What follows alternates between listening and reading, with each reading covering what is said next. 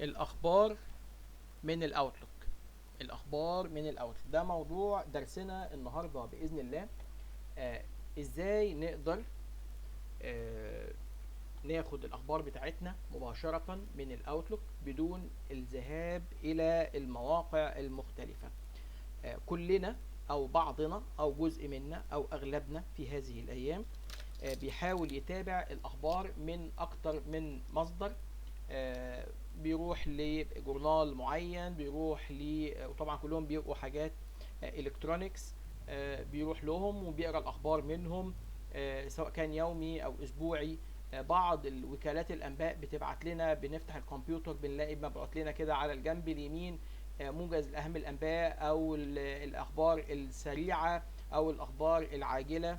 لكن انا بخطوه بسيطه اقدر اشوف ايه نوع الاخبار اللي انا هحتاجه، وهخليه يجي لي على الاوتلوك بخطوه سهله وبسيطه. ايا كانت مصدرك او ايا كان المصدر اللي انت بتحصل منه على الاخبار، هيبقى هو نفس المصدر، ولكن مش هتضطر تروح للموقع بتاعه الالكتروني اللي هو بيبقى فيه الاخبار بتاعته. بدايه احنا بنعتمد على تكنيك او حاجه اسمها الار اس اس فيدز. ار اس اس فيدز اللي هي الريلي سمبل سينتيكيشن. الريلي سمبل سينتيكيشن دي او الار اس اس فيدز دي بتبقى نوع من التقنيه بتعمل لنا لينك او فايل بشكل اكس ام ال فايل. والفايلز اللي من النوع الاكس ام ال هي عباره عن ملفات تقدر اكتر من لغه برمجه او اكتر من براوزر يتعامل معاها او يفهمها، وسيط بين مجموعه اكواد لغات شاشات تقدر تتعامل مع الملفات اللي من نوع الاكس ام ال فايل. احنا عندنا دلوقتي شقين. الشق الاول ان انا عايز اعرف هو فين المكان اللي اقدر احط فيه الفيدز بتاعتي. انا عندي مثلا ادي 2 اكونت على الاوتلوك اللي هم ظاهرين عندي هنا، ادي تيست @وان لينك وتيست 2. تيست وتيست 2 اقدر احط الفيدز بتاعتي. انا عايز هتروح في اي واحد منهم.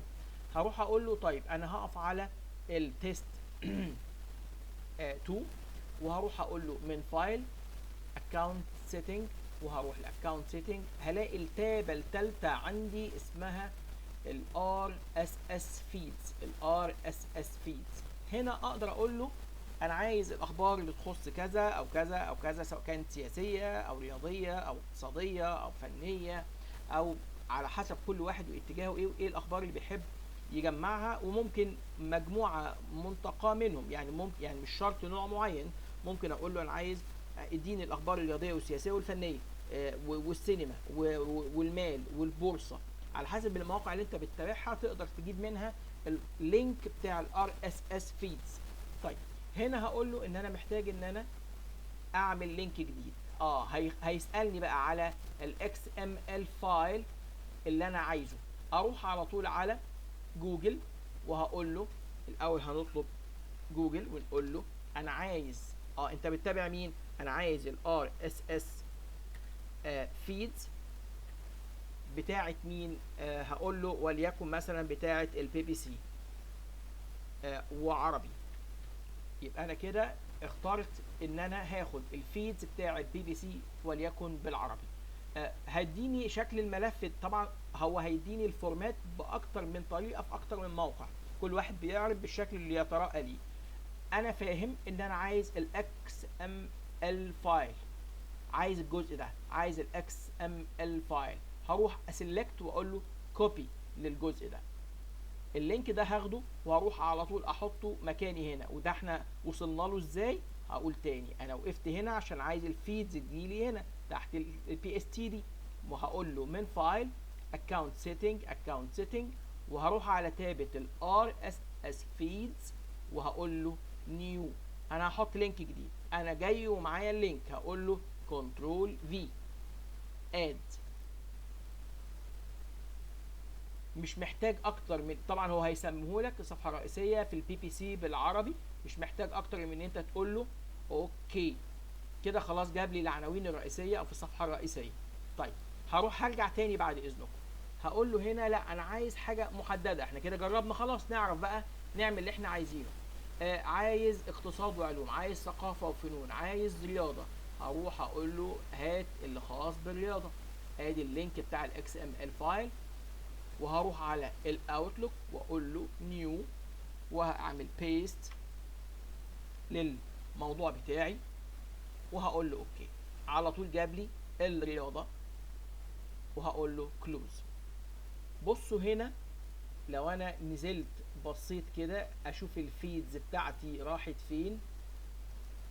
ده جم هنا اهم، ادي بالتو، ادي ده وادي ده. نروح نبص هنا، دي كلها اخبار وصلت. اتهام فرنسا بمش عارف ايه، ده السبجكت، ده الايه الموضوع. هروح على الجنب الثاني هلاقي هنا المجلس العسكري في النيجر يرفض استقبال وفد دول الايكواس. يبقى انا هقدر اول باول زي ما انتم شايفين التواريخ مختلفه، اول باول بعد 48 عام من البث المستمر ينتهي اليوم مشوار راديو بي بي سي عربي. كده الاخبار بتجيلنا اول باول. هناخد كمان واحد، هروح اقول له مثلا في جوجل برضو، انا عايز عشان بس نشوف الشكل التاني اللي ممكن يطلع لنا هيبقى عامل ازاي. هقول له انا عايز الار اس اس بتاع او عشان كمان نبقى ادق تفصيلا نقول له الفيدز بتاع يوم السابع مثلا، ونشوف الفيدز بتاعته شكلها عامله ازاي. عارضها لي بطريقه مختلفه. نروح نبص كده على مثلا السياسه، كليك يمين وهقول له ان انا عايز كوبي اللينك. الشكل اختلف عن هناك شويه، كوبي اللينك. ونفس القصه هروح اقول له عايز اروح لل RSS وهنيو وهبيست الموضوع الجديد، وهقول له اوكي.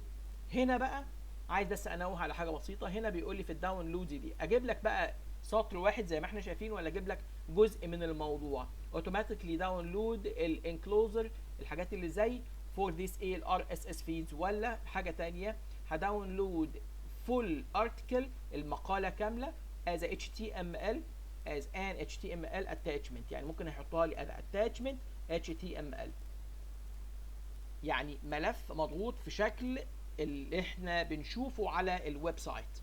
وهقول له اوكي.